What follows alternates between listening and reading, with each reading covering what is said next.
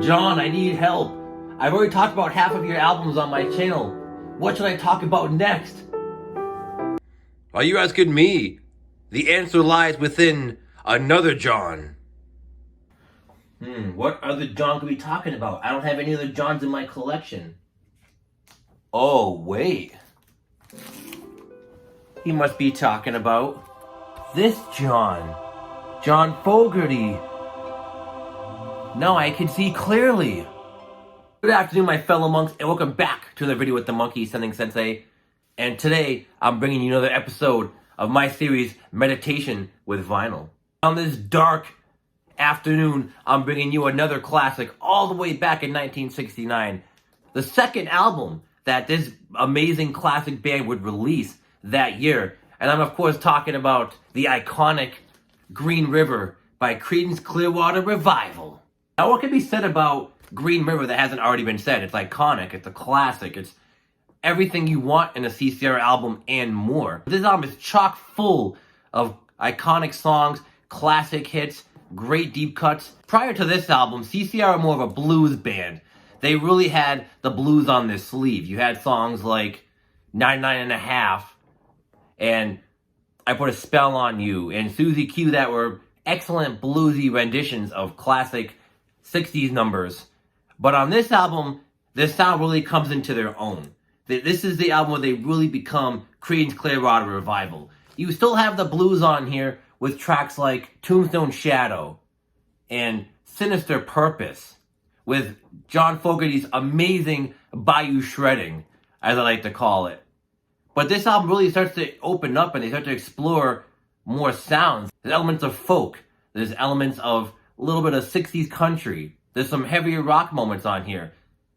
All wrapped up in this lovely, beautiful package. And opening with the first track, the title track, Green River. What an iconic riff this is. You know exactly who it is when you hear that iconic riff. As soon as you put on that radio, or you put your needle on the turntable, you put that CD in your disc tray, you know exactly who it is. Green River is such an iconic track, such an iconic opening track for this album. I couldn't imagine this album opening with anything else other than this title track. But CCR was incredibly prolific during this time, releasing 3 albums in 1969. This one being the second of 3 that they would release. The first being Bayou Country, and the last one being Willie and the Poor Boys towards the end of the year.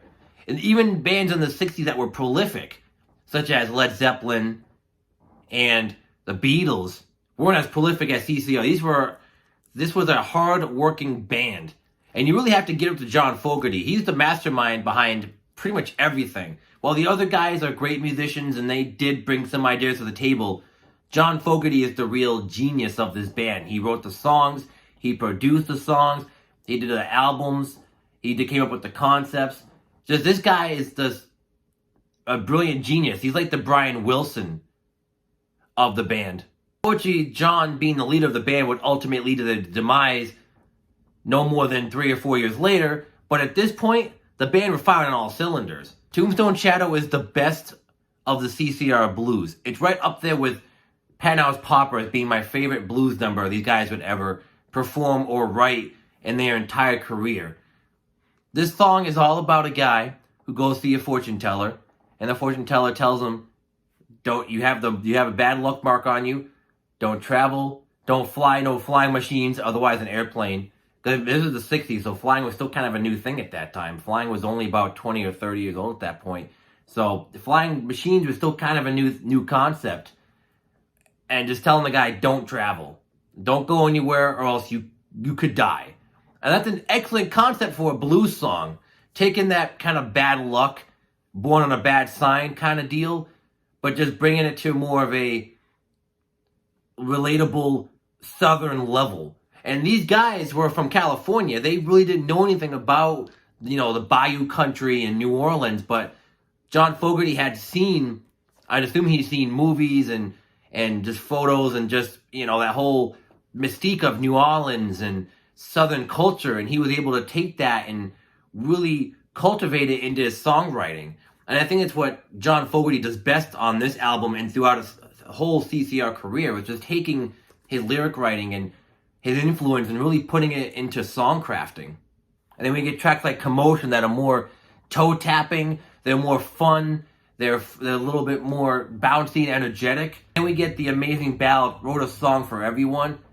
It's very emotional, it's heartbreaking. I can just picture some guy just traveling, and at nighttime he's singing this song on an acoustic guitar with a fire in front of him. It's a very excellent song to close out side one. It's one of the more emotional songs on here. Flipping the record over, we get one of the biggest singles in Bad Moon Rising. This song all about foretelling the end of the world. It's like, you better live your life now, you better lock everyone up, you better run away, or else you might die, because the end of the world's coming. It's such a fun and kind of jaunty tune, but with this dark and brooding message behind it that really rings true even today. And then we get another hit right after that one with the track Lodi. One of my favorite CCR ballads. I love the lyrics to this. It's one of those songs that alludes to a traveling hermit. He's trying to live his dream, but he can't fulfill his dream because his face is in the magazine. He's trying to get a girl, but the girl runs away from him, or he's just having bad luck. It's almost like the guy from Tombstone Shadow, but just years after. He still has the bad luck, he just hasn't died because of the bad luck. And then we get Cross Tie Walker and Sinister Purpose. Two excellent deep cuts on this record. Not many people talk about these two songs, but to me, the latter is one of my personal favorites. I love Sinister Purpose. It's one of those bluesy CCR songs. It's dark, has great guitar work. I love the drum beat that Doug is laying down here. It's very toe-tapping, but it's also very dark and menacing at the same time. And then you have Cross Tie Walker, which is another deep cut, which has that same melody like Bad Moon Rising. If I had to pick a weak song, I probably would have cut Cross Tie Walker. It's a good song, but it sounds a little bit too much like Bad Moon Rising. If I had to have one nitpick with this record, you could have taken that song off and had a clean 8 songs, 4 on one side, 4 on the other. But this album's pretty short regardless, so having it on here doesn't really hurt anything. But then the record closes out with one of my favorite closers of any CCR album. The Nighttime is the Right Time. To me, this is a brilliant song. Not only is it a great way to close the album, but it just has this awesome kind of southern doo-wop-y feel to it with the other guy doing background vocals. Instead of the guy being by himself with a fire, now the guy finally celebrates his life with friends. Like, he spent time with the one he loves, and he's in front of that fire with his wife or girlfriend, whoever, and he's enjoying his life. So the story of this protagonist, if there was one, kind of ends on a happy note here. You can't go wrong with this cover. Got a little bit of glare there from my camera, but look at how iconic this cover is. It's amazing. And I even love the back, too. And it just shows you how homegrown and kind of DIY these guys were. Like, there's no fancy lighting.